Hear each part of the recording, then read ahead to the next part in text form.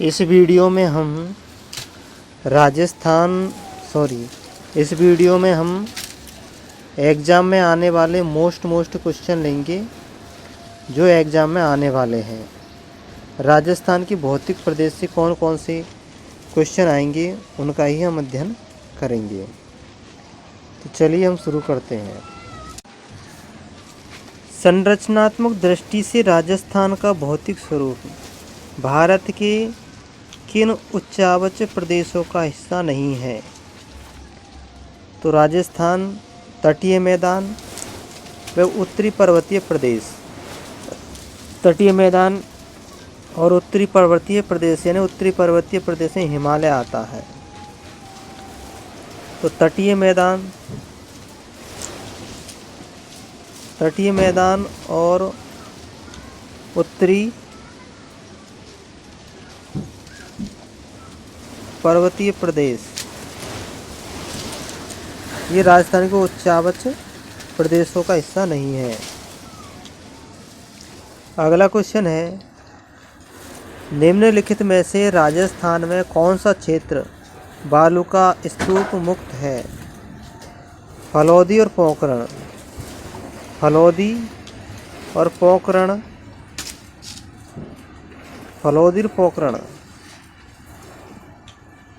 ये बालू का स्तूप मुक्त क्षेत्र है।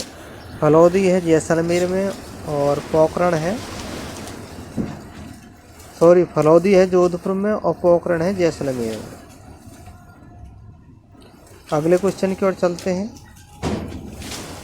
अगला क्वेश्चन है कि निम्न में से बाप बोल्डर्स संबंधित है? तो बाप बोल्डर्स संबंधित है जोधपुर से।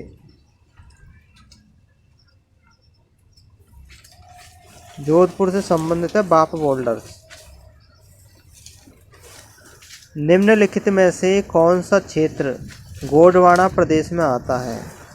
तो गोंडवाना क्षेत्र में आता है 56 की पहाड़ियाँ आती हैं, 56 का मैदान नहीं आता। 56 की जो पहाड़ियाँ हैं सिरोही ज़िले में ये गोंडवाना प्रदेश में आते हैं। 56 की पहाड़ियाँ 56 की पहाड़ियाँ गोंडवाना प्रदेश में आती हैं और 56 का मैदान गोंडवाना प्रदेश में नहीं आता। अगला क्वेश्चन, निम्नलिखित में से राजस्थान का कौन सा भौगोलिक अंचल प्राचीनतम है? निम्नलिखित में से राजस्थान का कौन सा भौगोलिक अंचल प्राचीनतम है? तो प्राचीनतम भौगोलिक अंचल होगा अरावली पर्वतीय प्रदेश। अरावली पर्वतीय प्रदेश ये प्राचीनतम भौगोलिक अंचल में आते हैं। नेक्स्ट क्वेश्चन है, बिलाली में सिरावास श्रेणियाँ स्थित है? बिलाली और सिरावास, तो बिलाली और सिरावास श्रेणियाँ हैं उत्तरी अरावली में। उत्तरी अरावली में बिलाली और सिरावास पहाड़ियाँ स्थित हैं। नेक्स्ट है, अरावली की निम्नलिखित पर्वत चोटियों को उनकी ऊंचाई के अनुसार आरोही क्रम में व्यवस्थित करना, बढ़ते हुए क्रम में व्यवस्थित करना है। तो यहाँ क्रम की बात करें तो सज्जनगढ़ से बड़ी है रघुनाथगढ़, रघुनाथगढ़ से बड़ी है कुंभलगढ़ और कुंभलगढ़ से बड़ी है अचलगढ़। आगे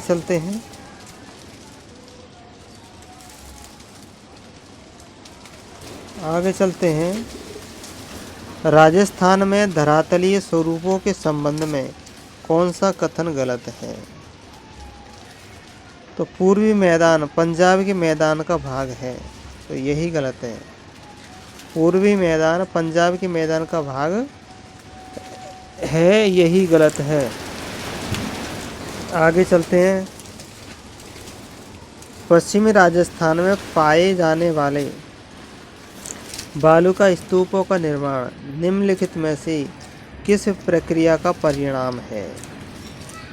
तो अपरदन और निक्षेपण। अपरदन और निक्षेपण इस प्रक्रिया का परिणाम है।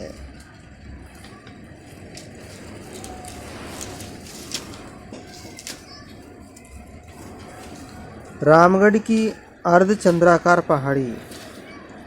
रामगढ़ की अर्धचंद्राकार पहाड़ी निम्न में से कौन से प्रदेश में है? तो रामगढ़ की अर्धचंद्राकार पहाड़ियाँ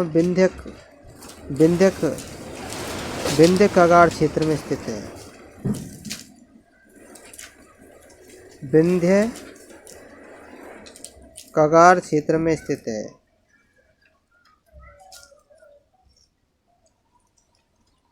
घग्गर दोआब प्रदेश का संबंध किससे है? तो घग्गर नदी का संबंध है सतलज नदी से। घग्गर नदी का संबंध है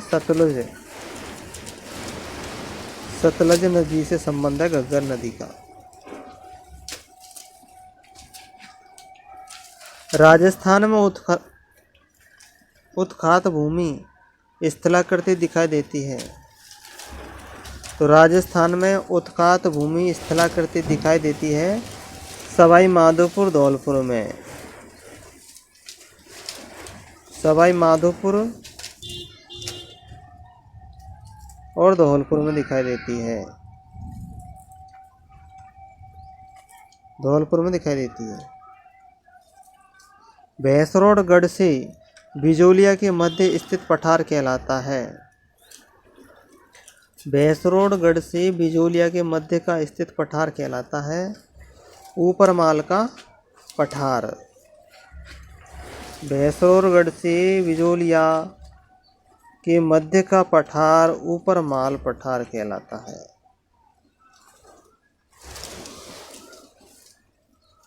निम्न में से कौन सा समूह राजस्थान की पर्वतीय चोटियों का उनकी ऊंचाई के अनुसार सही अवरोही क्रम है? तो सही अवरोही क्रम बताना है, घटता हुआ क्रम। तो इसका घटता हुआ क्रम है कुंभलगढ़,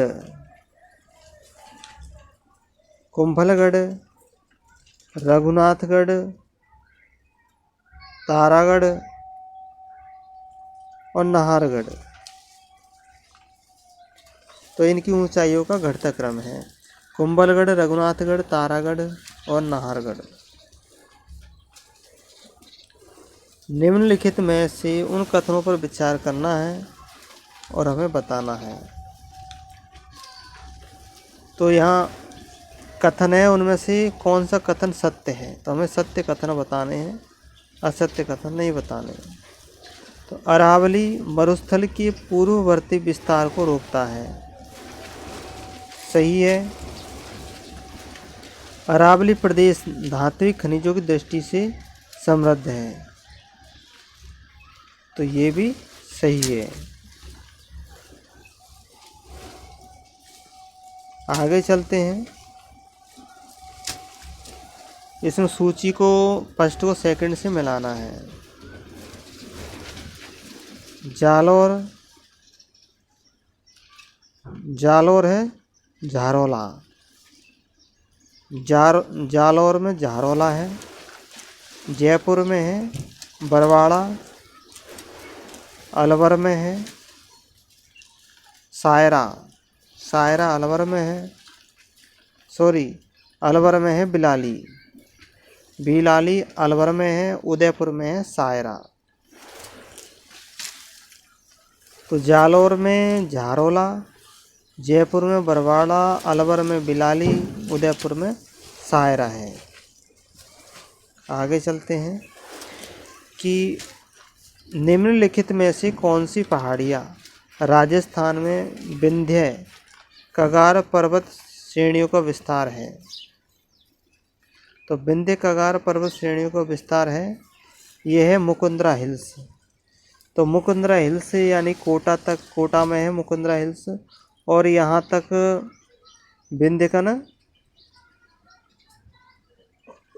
विंध्यकन पर्वत श्रेणियाँ है, फैली हुई है। आगे, निम्नलिखित में से कौन सा एक सुमेलित नहीं है?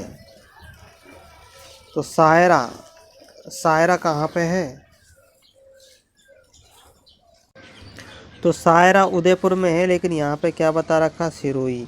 तो इसलिए सायरा सिरोही में नहीं है और यही गलत है, क्योंकि सायरा उदयपुर में है। आगे चलते हैं। निम्नलिखित में से कौन सा एक सुमेलित नहीं है? तो यहाँ सुमेलित नहीं है। सुमेलित देखते हैं। कमलनाथ उदयपुर में है। कुंभलगढ़ राजसमंद में है। हो दरीवा जयपुर में है। और आगे देखते हैं हम कि बाणगंगा ये बैराठ की पहाड़ियों से निकलती है। बेड़च नदी गोगुंदा की पहाड़ियों से निकलती है। कांतली ये खंडेला की पहाड़ियों से निकलती है। तो सागी नदी है, यह सेवर की पहाड़ियों से नहीं निकलती। सागी नदी सेवर की पहाड़ियों से नहीं निकलती। आगे देखते हैं। सूची को सूची से मिलान करना है। गिरवा तस्तरी नुमा पहाड़ियों को गिरवा कहते हैं। भाकर तीव्र ढाल वाली पहाड़ियों को भाकर कहते हैं।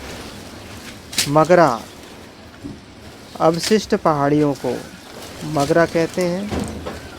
और नाली घग्गर का मैदान नाली कहलाता है। आगे चलते हैं।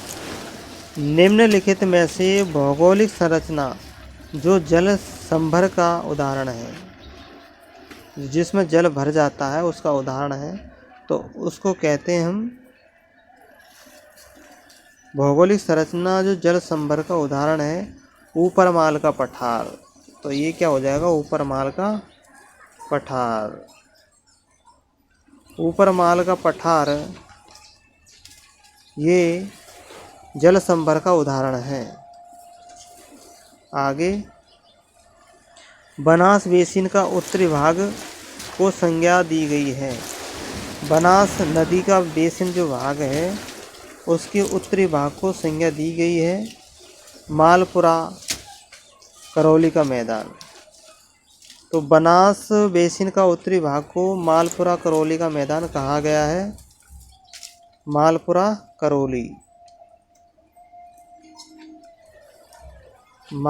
करौली कहा गया है इसको। करौली का मैदान कहा गया है बनास बेसिन को।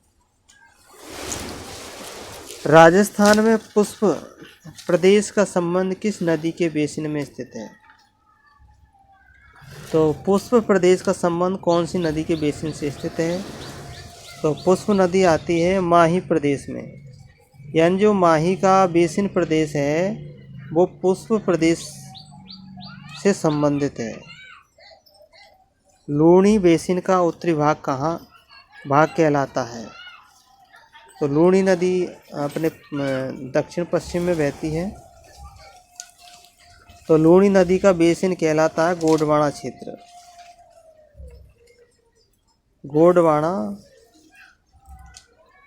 गोंडवाना क्षेत्र को हम लूणी बेसिन कहते हैं। भोराट का पठार स्थित है। भोराट का पठार है कुंभलगढ़ और गोगुंदा के मध्य।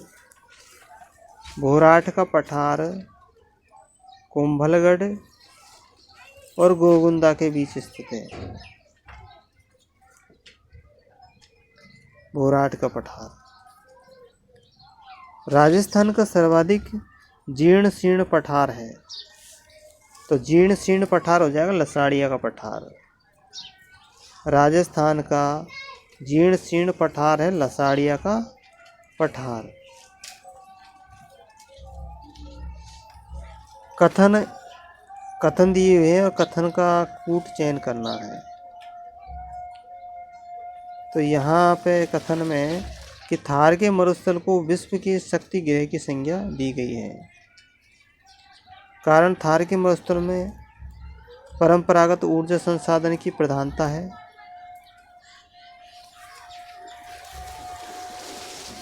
तो इसके विषय में हम चलो इस क्वेश्चन को छोड़ते हैं, हम आगे चलते हैं। निम्नलिखित में से शेखावाटी प्रदेश की पश्चिमी सीमा का निर्धारण करने वाली समवर्षा रेखा है। तो शेखावाटी प्रदेश की पश्चिमी सीमा का निर्धारण करती है, उसका निर्धारण करने वाली वर्षा सीमा है। आगे क्वेश्चन देखते हैं। निम्नलिखित में से अरावली पर्वतीय प्रदेशों में स्थित दर्रा नहीं है। तो अरावली पर्वत में यानी जेतवास का दर्रा अरावली पर्वत प्रदेश में नहीं है। और कौन कौन से दर्रे अरावली में आते हैं वो देखते हैं। देवारी का दर्रा आता है, देवारी का दर्रा अरावली प्रदेश में आता है। देवारी है, देवारी का दर्रा, कामली घाट और हाथीगुड़ा दर्रा ये अरावली प्रदेश में आते हैं, लेकिन जैतवास का दर्रा अरावली प्रदेश में नहीं आता। अगला देखते हैं कि निम्नलिखित में से टैथित सागर के अवशेष का प्रमाण नहीं है। तो पहले देखते हैं हम टैथित सागर के अवशेष। अरावली पर्वतीय प्रदेशों में स्थित दर्रा नहीं है। तो जैतवास का दर्रा अरावली पर्वत प्रदेश में नहीं है। देवारी, कामली और हाथीगुड़ा ये दर्रा अरावली प्रदेश में आते हैं। टैथित सागर के अवशेष का प्रमाण नहीं है। तो जीवाश्म पार्क टैथित सागर के अवशेष का प्रमाण नहीं है। अवशेष के प्रमाण है खारे पानी की झीलें, परतदार चट्टान, लिग्नाइट कोयला का भंडार। राजस्थान में कुड़ पट्टी का विस्तार है अजमेर से नागौर तक। शेखावाटी प्रदेश की पश्चिमी सीमा का निर्धारण करने वाली समवर्षा रेखा है 25 सेंटीमीटर कहे या 250 मिलीमीटर कहे। आगे की थार के मरुस्थल की विश्व के शक्ति गृह की संज्ञा दी गई है। थार के मरुस्थल में परंपरागत ऊर्जा संसाधन की प्रधानता है। यानी दोनों कथन सही है, लेकिन कारण स्पष्ट नहीं है। तो ये थे हमारे 30 क्वेश्चन मोस्ट से। वीडियो को बार बार देखना, दो बार देखना। ओके।